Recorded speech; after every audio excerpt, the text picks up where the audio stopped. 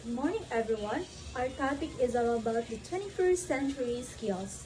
To remain relevant and interesting, the teacher must possess 21st century skills. The 21st century skills can be categorized into four, namely communication skills, learning innovation skills, information media and technology skills, and life and career skills. A teacher must possess them in order to survive in this 21st century and able them to contribute to the development of 21st century learners. First is communication skills. These are essential for building relationships and working collaboratively. They include teaming, collaboration, interpersonal skills, local, national, and global awareness, interactive communication. And the second is learning and innovation skills, often referred to as the 3 C's. These skills foster creativity and problem solving. Creativity, curiosity, critical thinking, and problem solving. And lastly is risk taking. The third is life and career skills. These skills helps individuals manage their personal and professional lives effectively. They include flexibility and adaptability, leadership and responsibility, social and cross-cultural skills, initiative and self-direction, productivity and accountability. And lastly, ethical, moral, and spiritual values. Then, lastly, information, media, and technology skills. In today's digital world, navigating and using information is crucial. These skills include visual and information literacy, media literacy, basic scientific, economic, and technological literacy, and multicultural literacy. A teacher equipped with these 21st century skills is better prepared to engage learners, adapt to new challenges, and contribute meaningfully to a globally connected and rapidly evolving educational landscape. Good morning everyone, I am Crystal Kate Lukmayon and my topic is all about visual literacy, information literacy, and media literacy. So ang visual literacy is ito yung kakayahan natin na umintindi at magbigay ng kahulugan sa mga larawan na nakikita natin. So dapat hindi lang natin ito basta-basta tinitignan lang o ganun. Dapat hindi natin ito basta-basta tinitingnan. Dapat alamin din natin kung ano yung mga mensahe na ipinaparating ng larawan. So yung visual literacy is magagamit din natin ito sa paggawa ng mga visual na bagay na may saysay tulad ng posters, infographics, o kahit mga means na may mga message na pinaparating. So next is ang information literacy. So sa information literacy, dapat marunong tayo maghanap ng tamang information. So dapat alam natin kung yung information ba na yun ba yung kailangan mo, kung saan mo ba hahanapin yung kailangan mo na information, at kung paano mo malalaman kung alin doon yung totoo o hindi. At dapat alam din natin kung paano natin ito ibabahagi sa iba. So, mahalaga ito kapag gumagawa tayo ng research dahil hindi pwedeng basta-basta lang tayo kukuha ng information kung saan-saan. So, dapat yung sa paggawa natin ng research, tingnan natin kung yung kinuhanan ba natin na mga information is tama. So, ganun. Ang next naman is ang media literacy. So, ang media literacy is ito yung kakayahan natin na suriin yung lahat ng klase ng media like TV, social media, radio, internet, at iba pa. So, dapat dito, hindi lang tayo basta-basta naniniwala sa mga information na nakikita or napapanood natin. So, dapat tinitingnan natin kung yung media ba na yun ay nagsasabi or totoo ba yung media na yun or totoo ba yung sinasabi ng media na yun. So, kung bakit nila ito sinasabi, kung ano ang hindi nila sinasabi, kung alin doon yung mga kinat nila kasi lahat ng mga hindi lahat ng mga nakikita natin ay or naririnig natin sa social media ay totoo. So, Good morning, my name is Ariana B. Serna and this is my part in this report. So, first is scientific literacy. Ang scientific literacy ay ang pag-unawa sa mga batayang konsepto ng agham at kung paano ito gumana. It also helps people to make personal decisions like those about health or the environment. And next is economic literacy.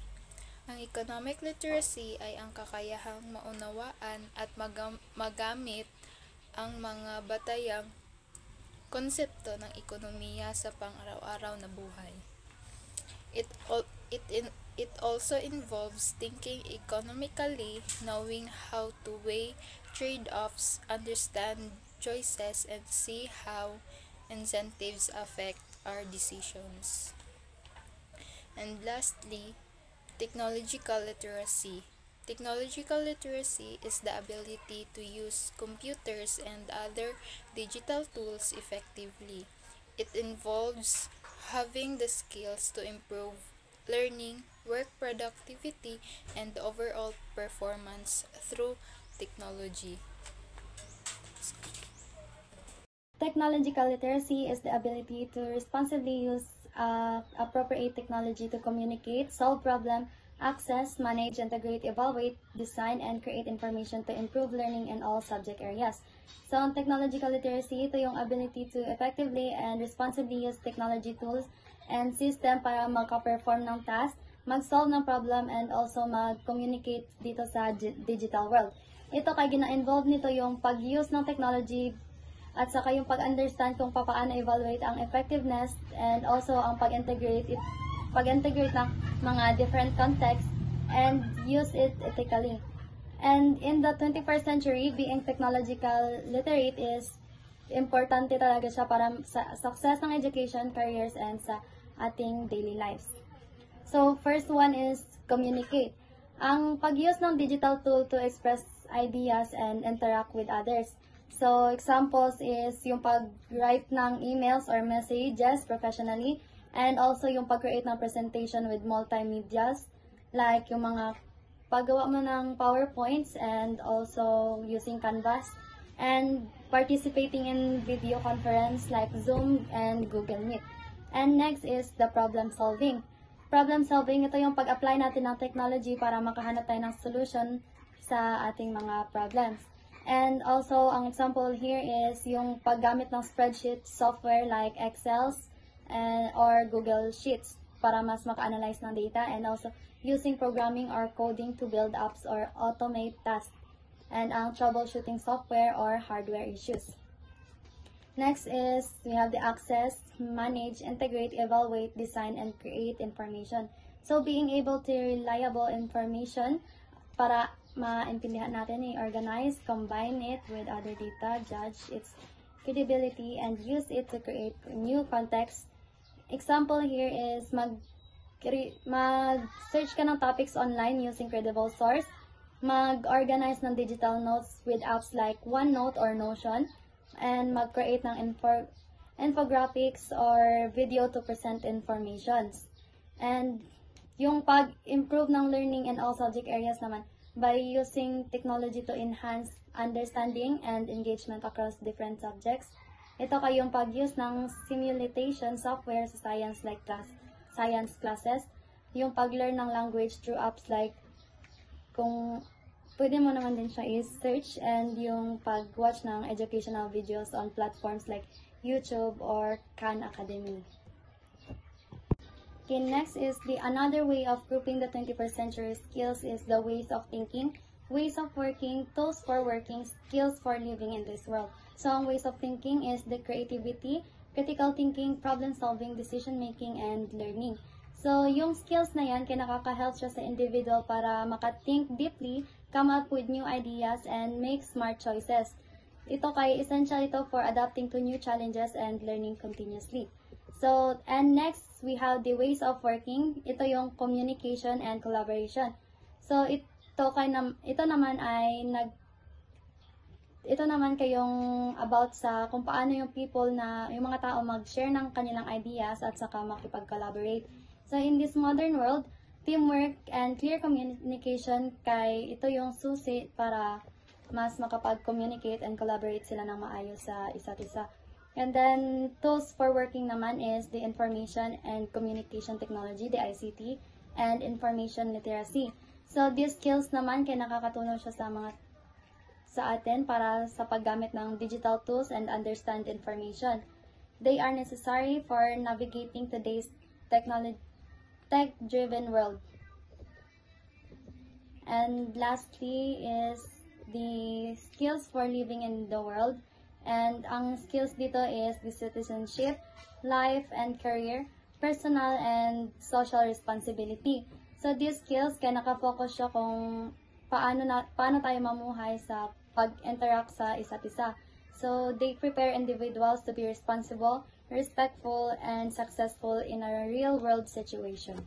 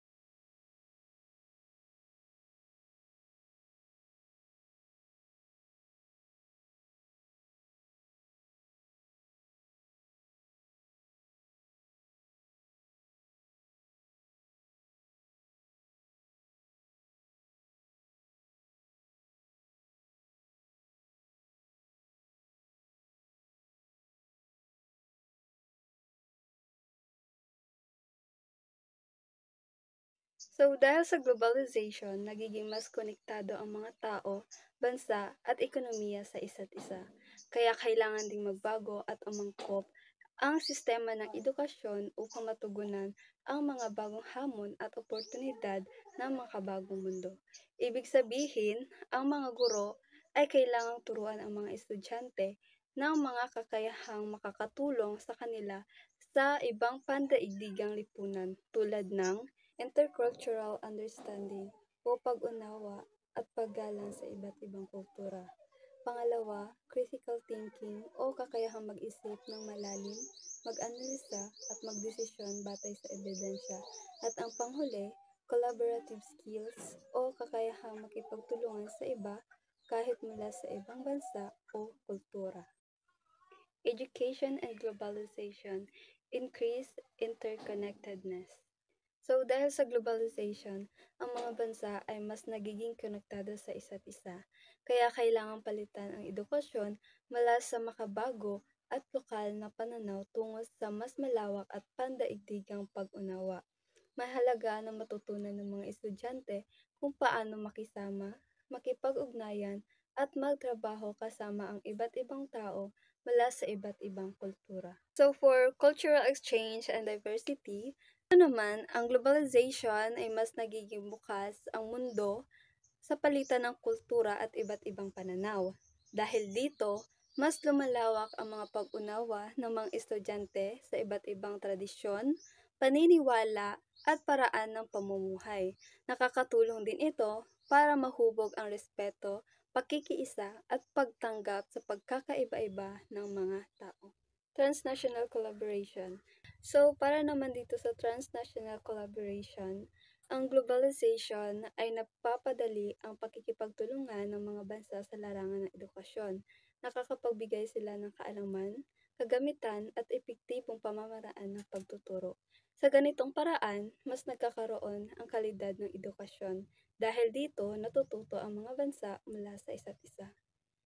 So next is technology and innovation. Globalization accelerates the spread of technology and innovation in education, providing new tools and resources for learning and teaching. So globalization, ibig sabihin, mas nagiging connected ang buong mundo dahil dito mas mabilis na nakakarating ang mga bagong technology at mga bagong paraan ng pagtuturo sa iba't ibang bansa. So halimbawa, mas maraming schools ang gumagamit ng computer, internet at mga apps sa pagtuturo. So dati baka libro lang pero ngayon may online resources na pwedeng gamitin. Kaya mas maraming tools at resources na available para sa mga student at teachers. So next is curriculum reform. Education systems are adapting their curricula to incorporate global themes, issues, and perspectives, preparing students for a globalized world. So curriculum, ibig sabihin yung mga aralin na tinuturo sa school. So dahil mas nagiging global ang mundo, pinabago yung mga aralin para kasama yung mga issues at topics na importante sa buong mundo. So halimbawa, tinuturo na yung tungkol sa climate change, different cultures, o international business. So para pag-graduate ang mga students, handa sila sa trabaho at buhay sa globalized world. So next is teacher training and development. Teacher training programs are emphasizing the development of global competences, equipping educators with the skills to facilitate global learning.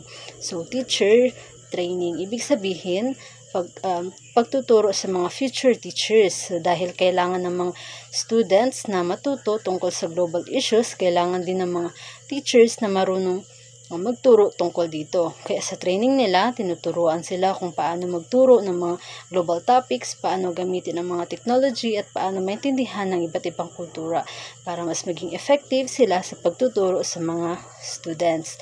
Next is internationalization of education. Educational institutions are increasingly engaging in international collaborations, partnerships, and exchange programs, fostering global learning experiences.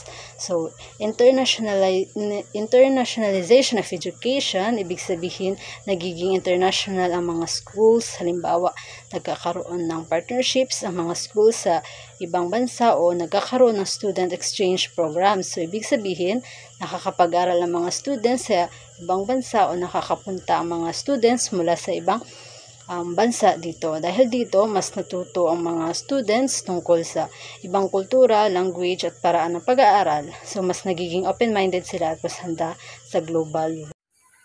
Good afternoon, sir, and good afternoon, classmates. Ako nga pala si Charlie Barnacho Mabalot. My topic is all about technology integration. Schools are using technology para makipag-connect with the other world, which make it easier to students to learn and also to have their ideas in globally. The next, competence for global teachers.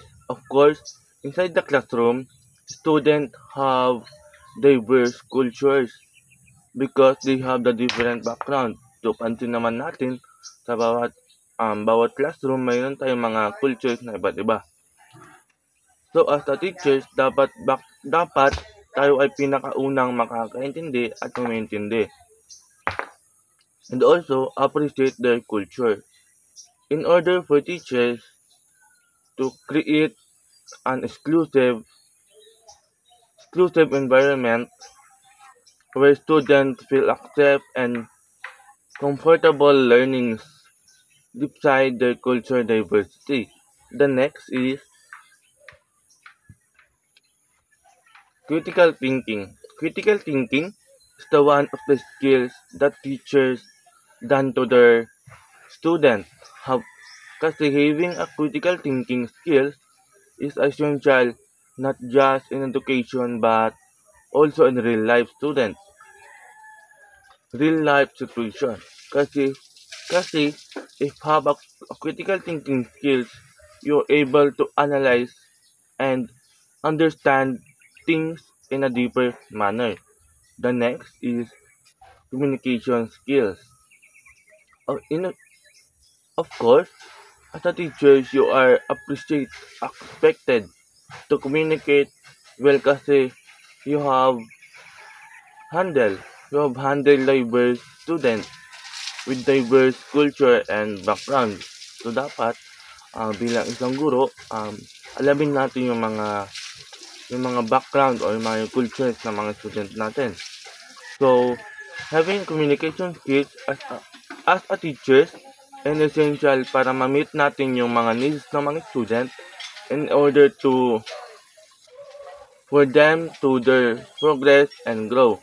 Dapat bilang teachers, dapat natin ituro yung mga needs ng mga student. Dyan lang po nagtatapos ang aming report. Sana po marami kayong natutunan and God bless.